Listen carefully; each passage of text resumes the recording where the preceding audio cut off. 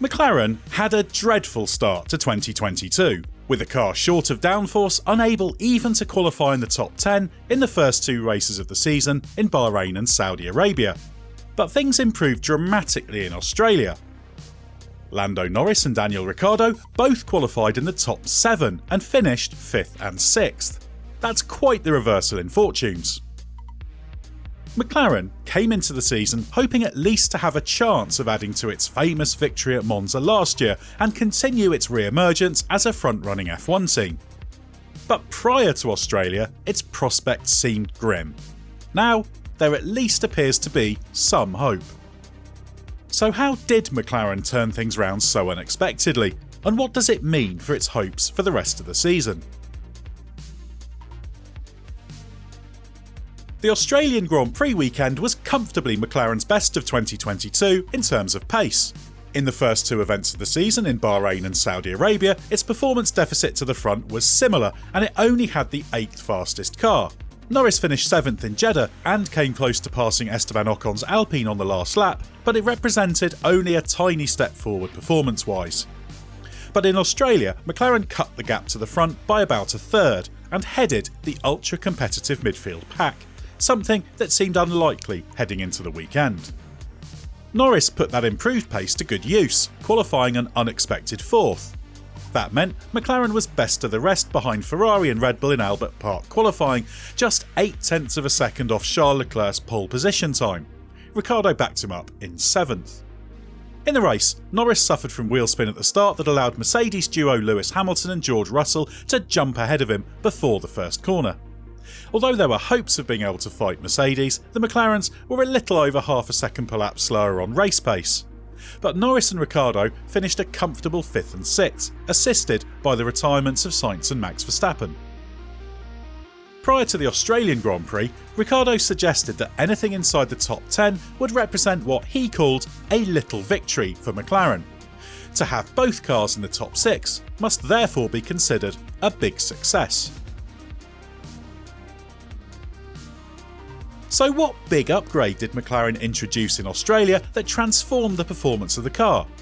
Well, the answer is nothing much, which is in itself telling. The only change to the car was a modification to the shape of the profile of the support for the multiple brake duct vanes. This will have had a benefit in terms of flow conditioning and downforce, but it doesn't account for McLaren's leap forward. Several of McLaren's midfield rivals also struggled, notably Haas and Alfa Romeo.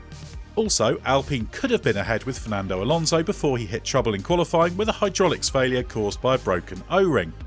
But that doesn't account for McLaren's performance deficit being cut by a third. That is down to a combination of factors, with the aero tweak only a small part of that equation. One is that McLaren simply understands more about its car and how to get the best out of it. Like all teams, McLaren is still building knowledge about how the 2022 ground effect cars work, and the setup gains resulting from that did help. But the biggest factor was the track configuration that didn't expose the slow to medium speed corner weaknesses of the McLaren Mercedes MCL36 as dramatically as Bahrain did. McLaren's time lost to the front was similar throughout the lap in qualifying at Albert Park, between 0.969 and 1.228% in each of the three sectors.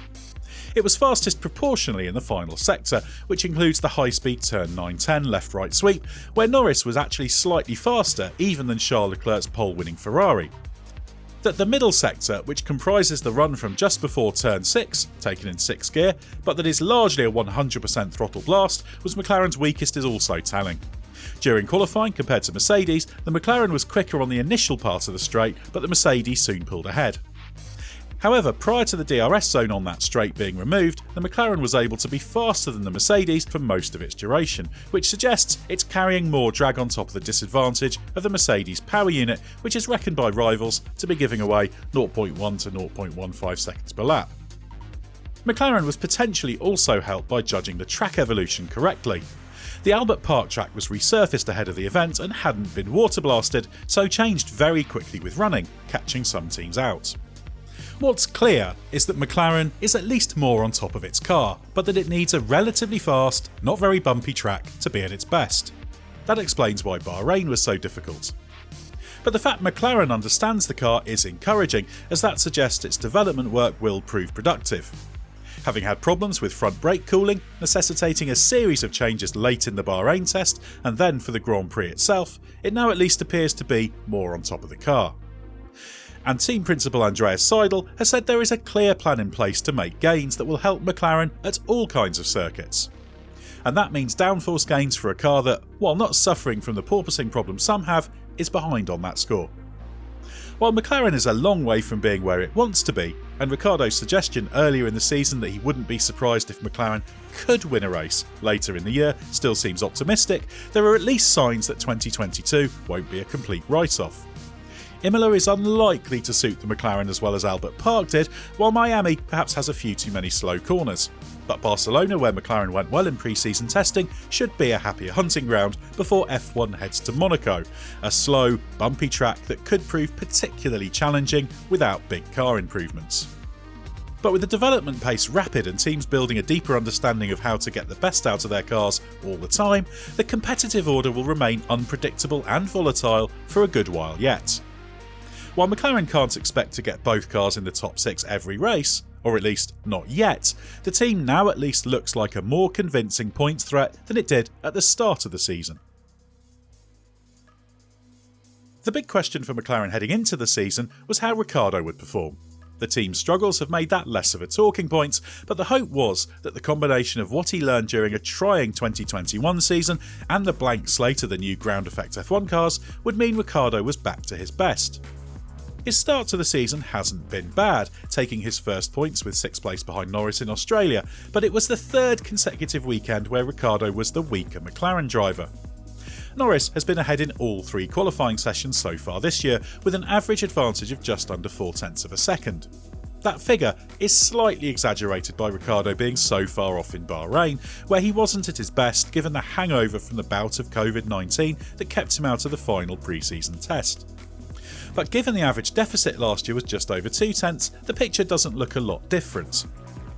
Norris has finished ahead in 2 out of the 3 races. The one occasion when Ricciardo did finish ahead was in Bahrain, which was the consequence of Norris's aggressive and unsuccessful strategy rather than a performance advantage. Ricciardo was on target for points, albeit behind Norris, when he lost power in Saudi Arabia. While in Australia, Ricciardo followed Norris on a near identical strategy for the whole race. He stuck with him in the first stint on mediums, but struggled a little more at times after switching to the hards, and was 5 seconds behind with 3 laps remaining. But Norris had to back off dramatically, and Ricciardo, who was instructed not to put him under pressure, finished just 0.4 behind. Ricciardo described his Australia performance as positive, and his season is at least going in the right direction. It's clear that Ricciardo doesn't believe he's back to his absolute best, and will be hoping there's more to come. But so far, he's once again been very much the number 2 performer at McLaren. With Norris signed up until the end of 2025 and Ricciardo's place in the team not as central as it once seemed set to be, although he does have a contract covering next year, Ricciardo still has some work to do to produce the performances he expects from himself. But that is very much a secondary concern for McLaren right now. Its priority is to extract some more performance from the MCL 36 in the hope it can at the very least hold on to the 4th place it achieved last year. And it can't always rely on a track like Albert Park to help it do so.